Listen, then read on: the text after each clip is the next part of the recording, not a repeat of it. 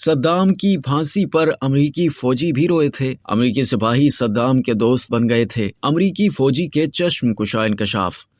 Iraq के सदर सद्दाम हुसैन को अपने 148 मुखालिफिन के कत्ल के जुर्म में 30 दिसंबर 2006 को फांसी दे दी गई थी। लेकिन क्या आप जानते हैं कि उनकी सिक्योरिटी पर मामूर अमरीकी फौजी सद्दाम की फांसी पर रो पड़े थे। अगरचे सद्दाम के मुहाफिजों को हुक्म दिया गया था कि वो उसके करीब ना जाएं, लेकिन जैसे जैसे वक्त गुजरता गया मुहाफिजों की सद्दाम से दोस्ती बढ़ती गई। मुकदमे के दौरान सद्दाम हुसैन को 2 जेलों में रखा गया था। पहली जेल बगदाद में मौजूद इंटरनेशनल ट्रिब्यूनल का तहखाना और दूसरी शुमाली बगदाद में मौजूद उनका महल थी। ये महल एक जजीरे पर था जिस तक पहुंचने के लिए पुल का इस्तेमाल किया जाता था। सद्दाम हुसैन की सिक्योरिटी पर मामूर 12 अमरीकी फौजी एहलकारों में से एक विल बार्डनोर्पर ने दी प्रिजनर इन हिज पैलेस किताब लिखी, जिसमें उन्होंने इंकशाफ किया कि जब सद्दाम हुसैन को फांसी देने वाले एहलकारों के सुपुर्द किया जा रहा था तो उनके तमाम मुहाफिजों की आंखों में आंसू थे। बार्डनोर्पर कहते हैं कि आखिरी अय्याम में सद्दाम का दूसरों के साथ रवैया बहुत नरम था और उन्होंने ये तासुर नहीं छोड़ा कि वो बहुत जालिम हुक्मरान थे। मुसन्निफ ने अपने एक साथी एडम फर्गसन का हवाला देते हुए लिखा कि हमने सद्दाम को कभी भी नफ्सियाती मरीज और कातिल के तौर पर नहीं देखा, हम इसे ग्रैंड फादर के तौर पर देखते थे। किताब में लिखा गया कि जब भी सद्दाम को वक्त मिलता था तो वो सिपाहियों से पूछते थे कि उनके खानदान की हिफाजत कौन करता है। एक बार सद्दाम की हिफाजत पर मामूर एक अमरीकी सिपाही ने सद्दाम हुसैन को अपने भाई की मौत के बारे में बताया तो जवाब में सद्दाम ने कहा कि तुम मुझे आज से अपना भाई समझो। उन्होंने एक दूसरे मुहाफिज से कहा कि अगर मुझे मेरे अपने पैसे को इस्तेमाल करने की इजाजत मिले तो मैं तुम्हारे बेटे की तालीम के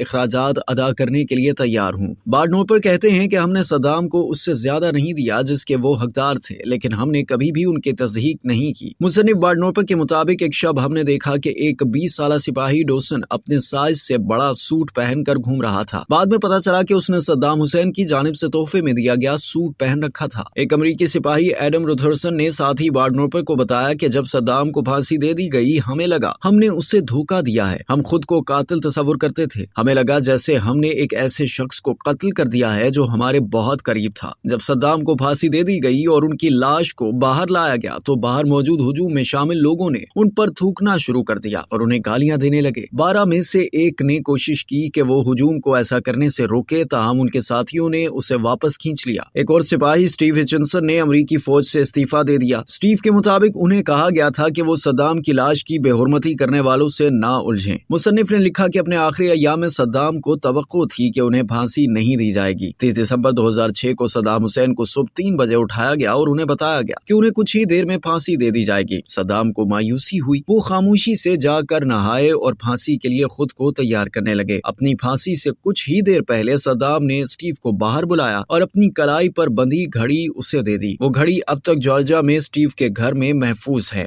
अब तक के लिए इतना ही। मजीद जानने के लिए सब्सक्राइब कीजिए डेली जंग यूट्यूब चैनल और लाइक कीजिए डेली जंग फेसबुक पेज।